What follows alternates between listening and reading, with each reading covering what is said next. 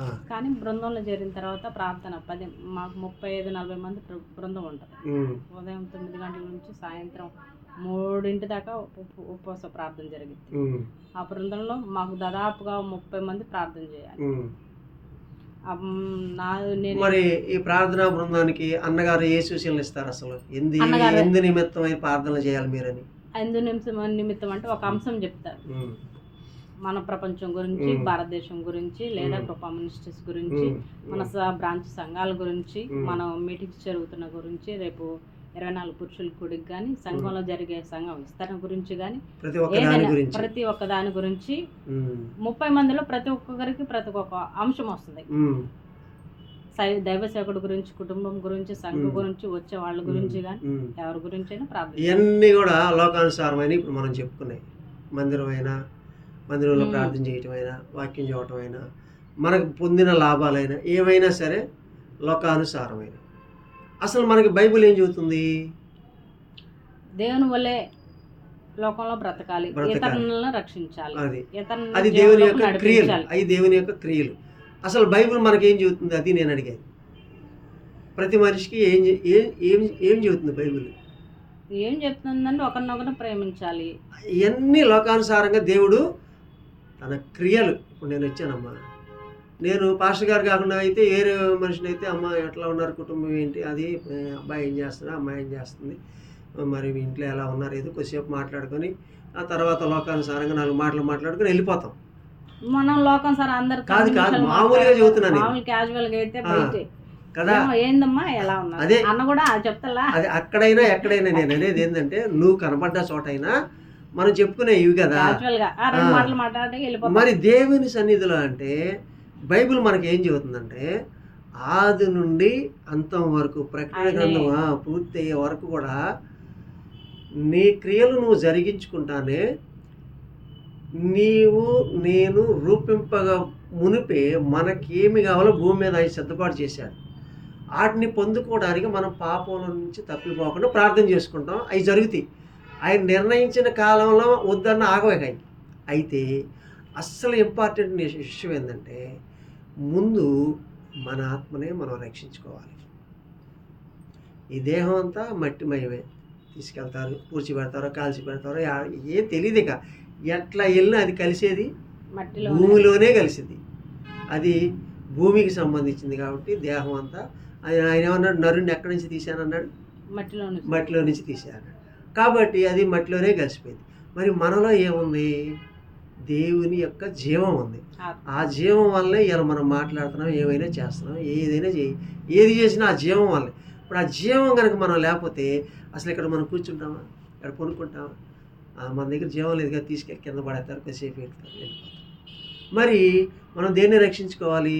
మన ఆత్మను రక్షించుకోవాలి. ఈ ఆత్మ ఎక్కడ జీవిస్తుంది తర్వాత? దేవుని దగ్గర జీవించాలి. బైబిల్ చదివే మనం ప్రతి ఒక్కరం కూడా ఇది నేర్చుకోవాలి.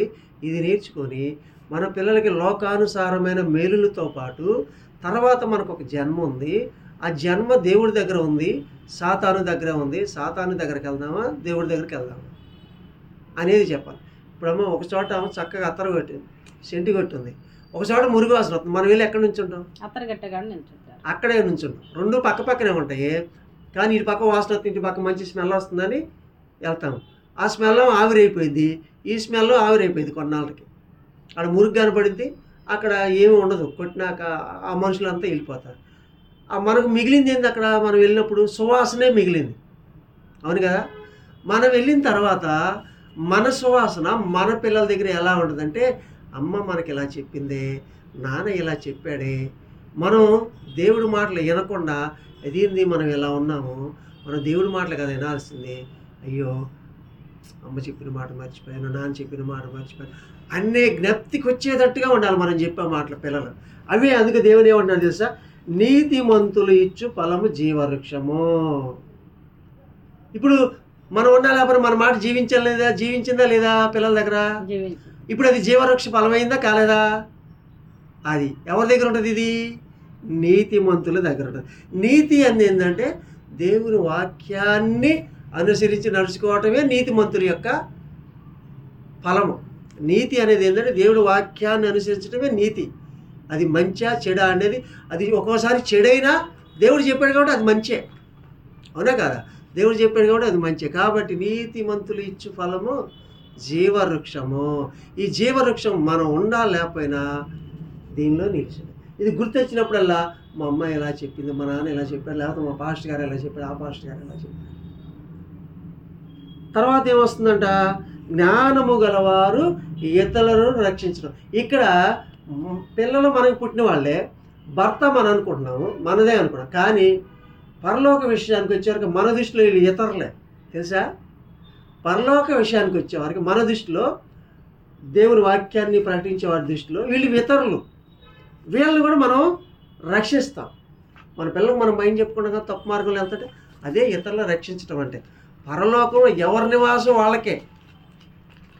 ఇది నా నివాసం, అది నీ నివాసం, నీది నీది. నువ్వు నన్ను గుర్తుపట్టకపోయినా దేవుడి చిత్తాన్ని బట్టి నీ నివాసం నీది, నా నివాసం నీది. దేవుడు రండి నా సన్నిధి కనుక మళ్ళీ వెళ్ళి అక్కడ ప్రార్థనలో కూర్చుంటాం. మళ్ళీ వెళ్ళండి తినండి అంటే తింటాం. అంటే అక్కడ ఆత్మఫలమైన అది మన్నా కురిపించాడు కదా దేవుడు. అలా ఆత్మపరమైన ఆహారం అక్కడ అన్నీ ఉంటాయి. కాబట్టి వీళ్ళు ఇతరులను రక్షించే వాళ్ళు ఎలా ఉంటారంట, జ్ఞానము గలవారు.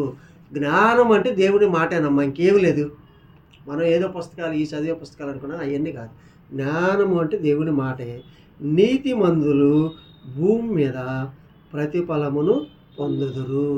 నువ్వు చెప్పావే అక్కడికి వెళ్ళడం వల్ల పిల్లలకి ఫ్రీ సీట్ వచ్చింది, ఇంకా అనేక మేలు జరిగినాయని చెప్పావు కదా, అదే ప్రతిఫలం. దేన్ని బట్టి వచ్చింది ఇది? దేవుని కృపను బట్టి. మన నీతిమంతులని ఉంది చూడు ఇక్కడ వాక్యంలో. మనం ఎంత నీతిగా ఉంటున్నామో తెలుసు కాబట్టి దేవుడికి అవన్నీ మనకిస్తున్నాడు, అవునా కదా? కాబట్టి వాళ్ళు భూమి మీద ఏం పొందుతారంట, ప్రతిఫలమును పొందుతారు. నీతిగా జీవించడం వల్ల నీతి ద్వారా వచ్చే ప్రతి ఒక్కదాన్ని కూడా పొందుకుంటారు. అయితే లాస్ట్లో ఆయన ఒక మాట వాడాడు, సొలొమోను గారు, భక్తిహీనులు పాపులను మరీ నిశ్చయముగా ప్రతిఫలమును పొందుతారు. ఎంత అన్యాయం చేసినా వాడు ఖచ్చితంగా అనుభవించాల్సిందే. నేనైనా నువ్వైనా ఎవరైనా సరే అనుభవించాల్సిందే. అందుకే ఒక్కోసారి వాక్యం మనలో లేనప్పుడు మనకి ఎన్నో శోధనలు వస్తూ ఉంటాయి. అది ఏంటంటే మనం లోకం గురించి ఆలోచించాం, దాని ప్రతిఫలం మనం పొందుతున్నాం. ఆ విధంగా దేవుని యొక్క మేలు భూమి మీద పొందుకోవాలి. కానీ మనకు వాక్యం తెలిసినప్పుడు మనం ముఖ్యంగా చెప్పాల్సింది ఏంటంటే, ప్రార్థన చేసిన వాళ్ళకైనా